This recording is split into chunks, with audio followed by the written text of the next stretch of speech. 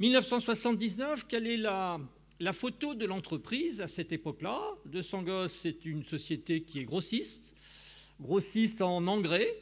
L'entreprise était née en 1926. En 1979, elle est grossiste en engrais, phytosanitaires et semences.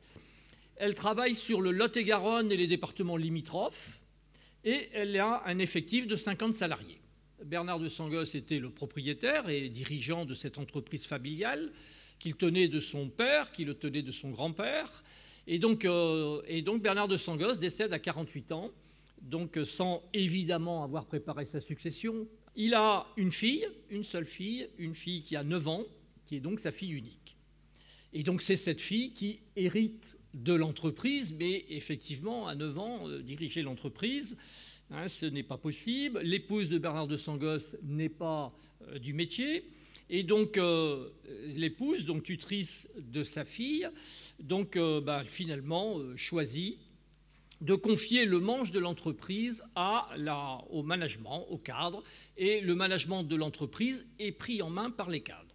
Et donc, si on regarde en 89, 10 ans après, l'entreprise étant managée par l'équipe de cadres, on a une entreprise qui est devenue relais régional. Elle a évolué du métier de grossiste en un métier de relais régional où on se voit confier une mission de développement pour le compte de fabricants. Donc, sur une zone d'action qui s'est étendue, ce n'est plus Lot-et-Garonne et départements limitrophes, c'est maintenant l'Aquitaine et Midi-Pyrénées. L'entreprise compte 85 salariés, donc elle a progressé de 50% en 10 ans. Et Marie-Hélène de Sangos est devenue majeure. Elle nous fait part de son souhait de vendre tout ou partie de l'entreprise. Nous sommes conscients que c'est un tournant et que c'est peut-être l'opportunité de mettre en place un RES, rachat de l'entreprise par les salariés. Alors qu'est-ce que ça veut dire un RES?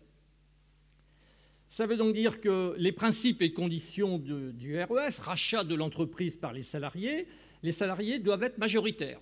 Le RES c'était un encadrement légal qui aujourd'hui a évolué, mais qui permettait d'avoir des avantages fiscaux sous réserve de rentrer dans un cadre précis. Le cadre prévoyait en particulier que les salariés devaient être majoritaires. Donc les salariés constituent une holding d'acquisition qui rachète 56% de Sangos. Les salariés ont tous apporté de l'argent.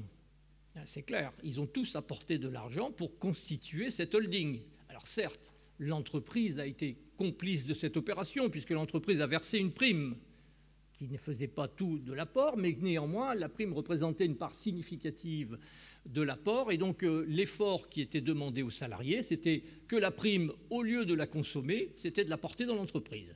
Ce n'est pas rien, même si ça n'handicapait pas pour les salariés qui apportaient le moins, ça n'handicapait pas leur pouvoir d'achat, puisque la prime, c'était quelque chose qui, entre guillemets, venait et qui n'était pas venu les années précédentes. Donc c'était quelque chose qui arrivait en plus, donc on pouvait plus facilement décider de le consacrer à l'achat de l'entreprise, mais c'était quand même un pas qu'il fallait franchir.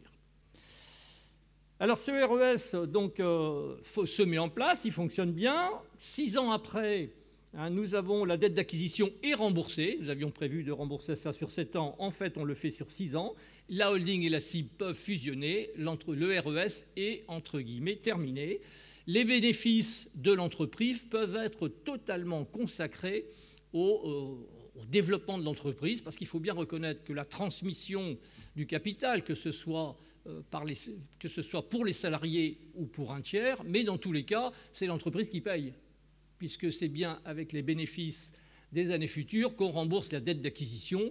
Et quelque part, si ce qui est consacré à rembourser la dette d'acquisition n'est pas consacré au développement, c'est un handicap des entreprises familiales, c'est un handicap aussi d'une reprise par les salariés. L'entreprise est consciente qu'il faut évoluer. Donc d'abord, on est encore régional, il nous faut devenir national. Deuxièmement, donc cela, ça se peut se faire que par de la croissance externe. Donc clairement, nous rachetons une dizaine d'entreprises. Nous sommes aussi convaincus qu'il faut faire une remontée en amont, c'est le virage stratégique. L'entreprise est dans une activité de distribution, une activité où nous sommes conscients que la concentration de la distribution et du monde des fournisseurs va, entre guillemets, nous écraser des deux côtés. Il nous faut donc choisir, soit faire le métier de nos clients, c'est une possibilité, soit faire le métier de nos fournisseurs, remonter en amont. Et c'est ce que nous décidons de faire. Nous décidons de prendre le virage de l'amont et qui font qu'aujourd'hui, De Sangosse est devenu un fabricant à part entière, avec des produits propres et avec la situation qui a été décrite. 2009, nouvelle étape du RES. Donc, la famille a gardé 44%. Nous avions pris 56%. Et donc, elle souhaite de nouveau se dégager du solde ou partiellement du solde. Et nous faisons une nouvelle organisation basée sur les mêmes recettes. Donc un peu de dette d'acquisition. Et donc l'entreprise aujourd'hui se retrouve avec un capital qui est donc à 78% détenu par les salariés, 500 actionnaires aujourd'hui, donc 14% la famille de Sangosse et 8% nous avons fait rentrer des actionnaires financiers, Sophie Protéol, Unigrain, la Banque Populaire, comme par hasard, et la BNP. Nous avons fait rentrer des actionnaires financiers pour aussi préparer les évolutions futures. Donc il sait bien que les financiers connaissent l'entreprise et voient les possibilités que nous pouvons avoir. Donc le métier, c'est maintenant concepteur et fabricant de produits et de nutrition et de produits de protection des plantes. La zone d'action, elle est internationale. Vous avez vu, 300 millions de chiffre d'affaires, dont 100 millions à l'international, donc 15 filiales à l'étranger. Ce qui est important, c'est que sur les 300 millions, sur ce chiffre d'affaires, aujourd'hui, et c'est quelque chose qui marque l'évolution et la réussite de ce passage d'un métier de distributeur à un métier de fabricant, aujourd'hui, 85% de notre marge brute est fait avec des produits que nous fabriquons, que nous maîtrisons. Ça veut dire que clairement, le passage, la transition est faite. Et nous sommes maintenant 750 salariés. Nous étions 85 en 89 et 82 salariés sur les 85 ont accepté soit d'apporter leur prime pour les non-cadres. Les non-cadres apportaient la prime qu'ils venaient de recevoir, la totalité de la prime qu'ils venaient de recevoir. Les cadres apportaient plus. Le deuxième point qui nous avait semblé important, c'était d'assurer une participation non pas égalitaire, mais une participation homogène. Nous avions voulu que l'écart entre le plus petit actionnaire salarié et le plus gros actionnaire salarié soit à peu près dans le même écart que l'échelle des salaires. Donc à l'époque, l'échelle de salaire était de 1 à 4. Donc la participation au capital a été de 1 à 4 dans cette même logique. Le fait d'être actionnaire ne doit pas changer les droits et devoirs des salariés. Il ne faut pas tout mélanger. Clairement, on est actionnaire, on a un rôle à jouer d'actionnaire. Ça ne change rien dans son statut de salarié. On fait son boulot de la même manière, on peut être viré de la même manière. Il n'y a pas de passe-droit, il n'y a pas de privilège parce qu'on est actionnaire. C'est un point clé. Les atouts du RES, c'est évident. À tout fort, un sentiment d'appartenance. On est dans un même groupe, on est dans une même famille. Ça crée des liens très forts. La maîtrise de la stratégie, évidemment, on décide la stratégie.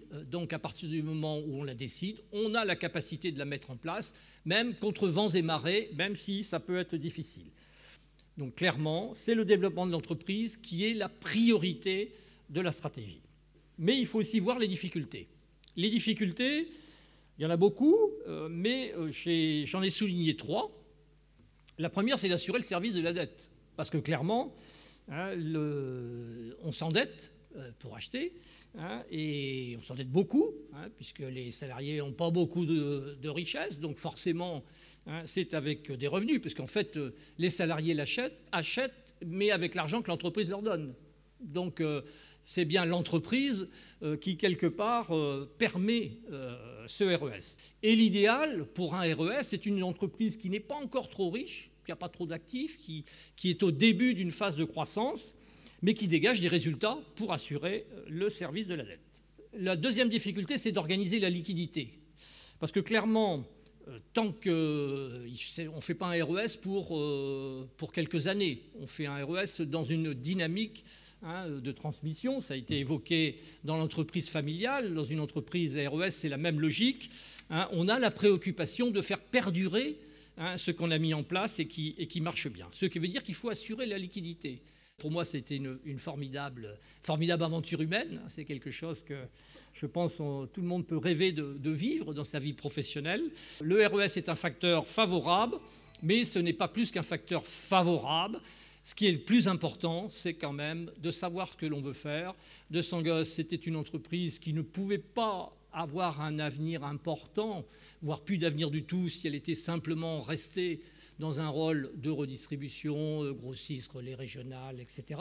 Mais par contre, le seul chemin qui pouvait laisser un avenir à cette entreprise, c'était de devenir fabricant.